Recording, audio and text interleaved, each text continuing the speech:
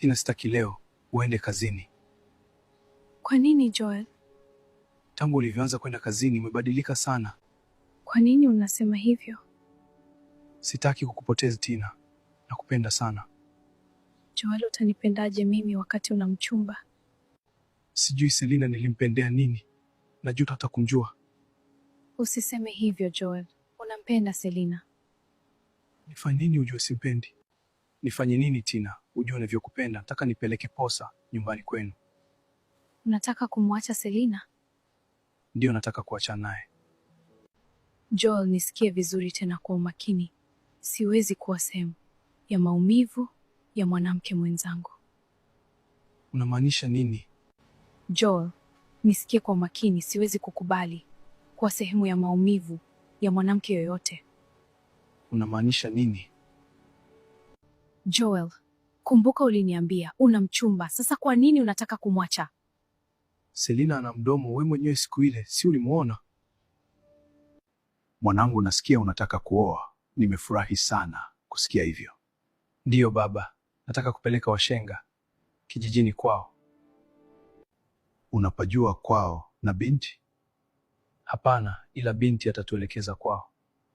Kuna jamaa yangu nimemwambia afuatilie hilo jambo.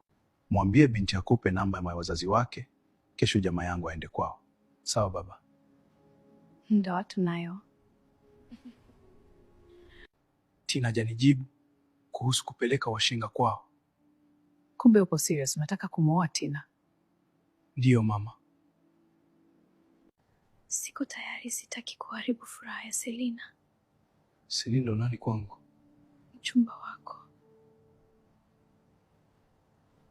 Mwache Tina, anataka kuolewa na Eric.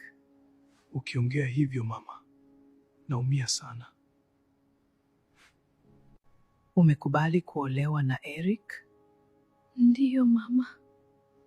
Sawa mwanangu, nakutakia kila laheri.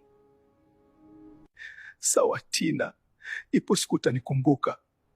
Mabinti ni wengi wa kuoa, tuliza akili, mwache Tina akaolewe zake na Eric.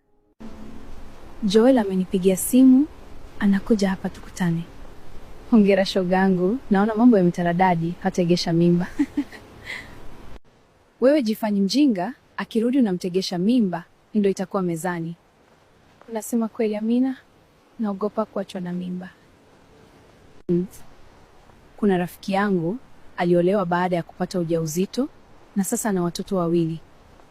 Ngoja nijipange.